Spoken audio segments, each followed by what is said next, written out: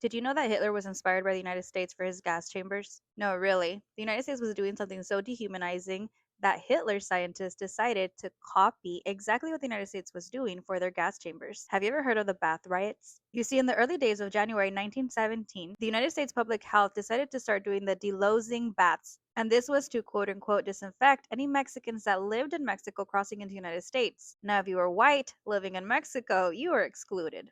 And this was a very humiliating process. A person that would cross over would get naked in front of immigration. They would get scrubbed down with chemicals while their clothes was getting washed in cyanide gas chambers. And if you were working in the United States every day, you were doing this every day. But in the morning of January 28, 1917, just days after this started, a 17-year-old girl by the name Carmelita Torres decided to protest getting naked in front of the immigration. And then Carmelita began screaming to the other women that were in line for the delousing, "Do not let them humiliate us." And with those words alone, hundreds of women joined her. These women followed by blocking the bridge that connected Mexico into the United States. This bridge is known as the Santa Fe International Bridge. And this protest quickly grew into thousands of people doing it. And because of the amount of people, the shouting, and the throwing of rocks, the US troops were called into this protest. This protest turned into a riot, which is now known as the historical Bath Riots. Now, because the US troops were called, many people were arrested and others were fleeing because they were scared of being hurt by the troops. And unfortunately, this riot did not stop the delousing from happening. This quote unquote disinfection continued up into the 1940s, 1950s. And Hitler scientists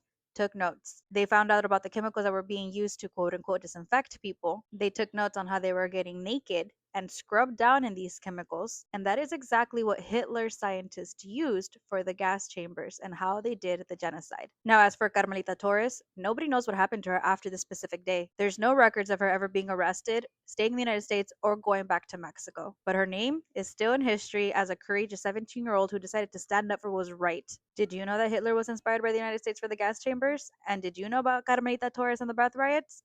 Let me know if you guys knew, and let me know what you guys think in the comments below.